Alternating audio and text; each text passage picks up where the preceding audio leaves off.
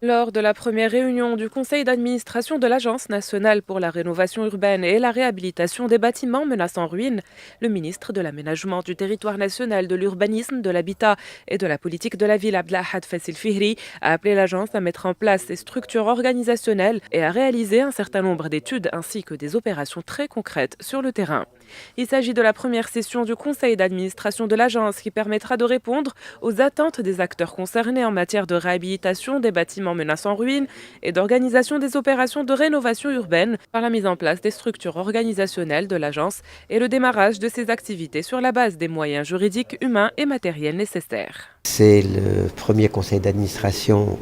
de l'Agence pour la rénovation urbaine et la réhabilitation de l'habitat menaçant ruine, qui est prévu dans la loi qui a été adoptée il y a 2 ou 3 ans concernant l'habitat menaçant ruine. Et cette agence, c'est l'instrument à la fois technique et juridique qui donne donc une base à l'intervention des pouvoirs publics pour ce problème, disons, de l'habitat menaçant ruine, qui devient aujourd'hui une problématique essentielle, fondamentale, non seulement dans les tissus anciens,